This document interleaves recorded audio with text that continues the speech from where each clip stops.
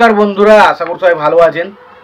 তো বন্ধুরা, এখন যে বিষয়টা নিয়ে আমি কথা বলবো, তো সেই ছবিটার নাম হচ্ছে লাডলা, যেটা 1994-এ রিলিজ করেছিল। এবং ছবির গানগুলো জাস্ট এক কথায় বলতে গেলে অসাধারণ।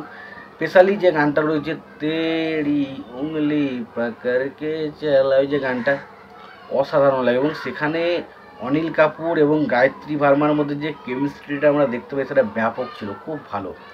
এবং এই সিনেমাটা পুরোপুরি একটা পারিবারিক সেন্টিমেন্টাল সিনেমা। এই সিনেমাটা নিয়ে আমাদের বাংলাতেও একটা সিনেমা হয়েছে, প্রসেনজিৎ এবং ঋতুপর্ণা সেনগুপ্ত অভিনয় করে। ছবির নাম হচ্ছে জামাইবাবু জিন্দাবাদ, যিনি অনেকেই দেখেছেন, অনেকে হয়তো নাও দেখে থাকতে পারেন।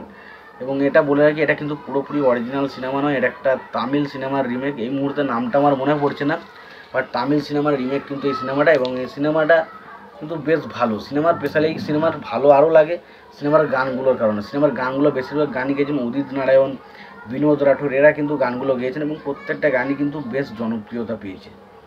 তো এই সিনেমাটাকে নিয়ে আমি স্পেশালি আলোচনা করব। তার আগে দেখে নেব সিনেমার পরিচালক, প্রযোজক এবং সঙ্গীত পরিচালক হিসেবে কারা কাজ করেছে, এবং তারপর নয় সিনেমাটার বিষয়ে আলোচনায় যাব। তো সিনেমাটার পরিচালক হিসেবে কাজ করছে হচ্ছে রাজ কানোয়ার। ছবিটা চিত্রনাট্যকার হিসেবে কাজ করছেন আনিস বাজমি। এবং বলে রাখি, সেই সময় অন্যতম সেরা গল্প এবং চিত্রনাট্যের ক্ষেত্রে ছিলেন আনিস বাজমি। যতগুলো গল্প সেই মুহূর্তে লেগেছিলো, প্রত্যেকটা ছবি মোটামুটি ভালো ছিল এবং একটা অন্যরকম সাসপেন্স ছবি পাওয়া যেত। এবং প্রযোজনার দায়িত্বে ছিলেন নিতিন মোহন, এবং ছবিটার সিনেমা ফটোগ্রাফার হিসেবে কাজ করছেন হরমিত সিং।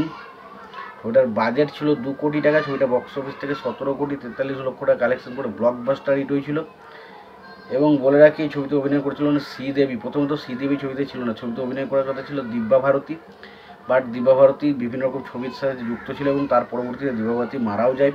তো সেই কারণে দিব্যা ভারতীর পরিবর্তে আমরা শ্রীদেবীকে ছবিতে অভিনয় করতে দেখি। এবং তার পাশাপাশি অনিল কাপুর রয়েছে, রবিনা ট্যান্ডন রয়েছে, গায়ত্রী ভার্মা রয়েছে, প্রেম চোপড়া রয়েছে, পরেশ রাওয়াল রয়েছে, শক্তি কাপুর রয়েছে, সব অনেকে রয়েছে ছবিটার মধ্যে। তো এই ছবিটা বলে রাখি, এখানে দেখা যায় যে আর কি অনিল কাপুরের ক্যারেক্টারটা, যার নাম হচ্ছে রাজু, সে তার পঙ্গু মাকে নিয়ে, তার অসুস্থ মাকে নিয়ে তার বাড়িতে একসঙ্গে থাকে। এবং সে একটা কর্মীদের লিডার, এবং সে কর্মীদের মানে সবসময় ন্যায়ের পথে চলতে শেখায়, ন্যায়ের সংস্কৃতি। এবং সেই সময় দেখা যায় যে সেই যে কারখানায় মানে কাজ করে অনিল কাপুর, সেখানে তার যার মালকিন রয়েছে, তার সাথে তার বিভিন্ন রকমভাবে ঝামেলা হতেই থাকে। এবং তারপর সে একটা সিদ্ধান্ত নেয়, সে তাকে বিয়ে করবে এবং তাকে উচিত শিক্ষা দেবে। তার ফলে সে তাকে তার মানে যখন জানতে পারে যে রাজু একজন অন্য কাউকে ভালোবাসে, তখন তাকে জোর করে বিয়ে করে, এবং বিয়ে করে তাকে শাস্তি দেওয়ার জন্য সে ঠিক করে। কিন্তু দেখা যায় যে পরবর্তী সময় রাজু তাকে শায়েস্তা করে, এবং কীভাবে করে না করে সেটা নিচ্ছে সিনেমা, যেটার নাম হচ্ছে লাডলা। তো সিনেমার মধ্যে কমেডি রয়েছে, অ্যাকশন রয়েছে, পারিবারিক সেন্টিমেন্টাল রয়েছে, ছবির মধ্যে ইমোশনাল কিছু পয়েন্ট রয়েছে। তো সবই রয়েছে ছবির মধ্যে। যদি তোমাদের মনে হয় তোমরা সিনেমাটা দেখতে চাও, অবশ্যই তোমরা সিনেমাটা দেখতে পারো। তোমাদের যদি ভিডিওটি আমাদের ভালো লেগে থাকে, অবশ্যই তোমরা লাইক, কমেন্ট, শেয়ার করে দিও। আর তোমাদের যদি চ্যানেলটা নতুন হয়ে থাকো, তোমরা অবশ্যই চ্যানেলটি সাবস্ক্রাইব করে নিয়ে পাশে বেল আইকনটা অবশ্যই প্রেস করে দিও। ততক্ষণ যেন ভালো থেকো, সুস্থ থেকো, দেখা হচ্ছে।